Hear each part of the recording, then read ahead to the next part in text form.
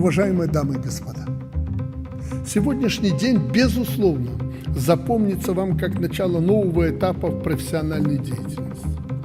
Любые предложения, направленные на развитие дружественных, добрых связей между вашими странами и Беларусью, будут оперативно, внимательно рассматриваться. Мы готовы к нацеленному на результат взаимодействия. Еще раз поздравляю вас с началом миссии, дипломатической миссии в Беларуси.